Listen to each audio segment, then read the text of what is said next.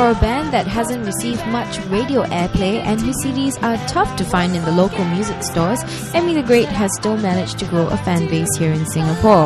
In fact, she packed in quite a crowd at Home Club, where she played a solo acoustic gig on Friday night. And it's all thanks to word of mouth and the internet.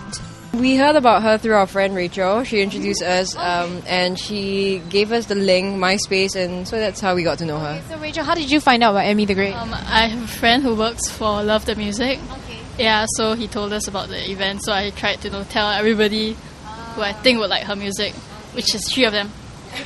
And you've been checking out Emmy the Great on MySpace as well? Yeah, on MySpace and YouTube, listen to her music. I have a friend who's a musician, and she was playing in England, and somebody introduced Emmy to her, and she sent me a CD with some of her stuff. Yeah. And I didn't really pay much attention to it, I have to be honest. This was a few years ago, but I think 2005 or 6. Okay. But then I think recently she had a free single on iTunes UK.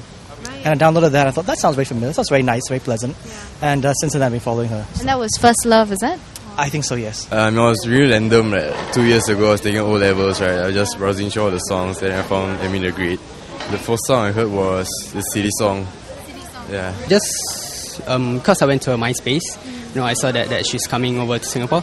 So I went to Facebook and I tried to find if there's any, anybody coming up with any events, RSVP to me. Yeah. So what about Emmy the Great appeals to Singaporeans? Well, it seems Moss's songwriting skills have struck a chord with her fans.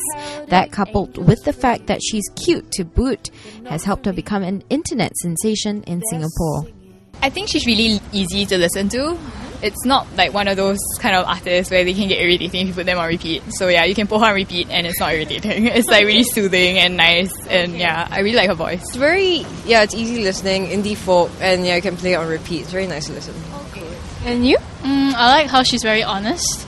Yeah, like her lyrics are just really raw. I like how she's very honest with her music.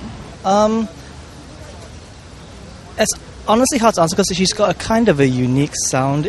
I suppose coming from Singapore, we are not exposed to some genres of music as strongly as available overseas. She's apparently part of this whole British anti-folk movement. I have no idea what that in general that sounds like, but I like what she does with it.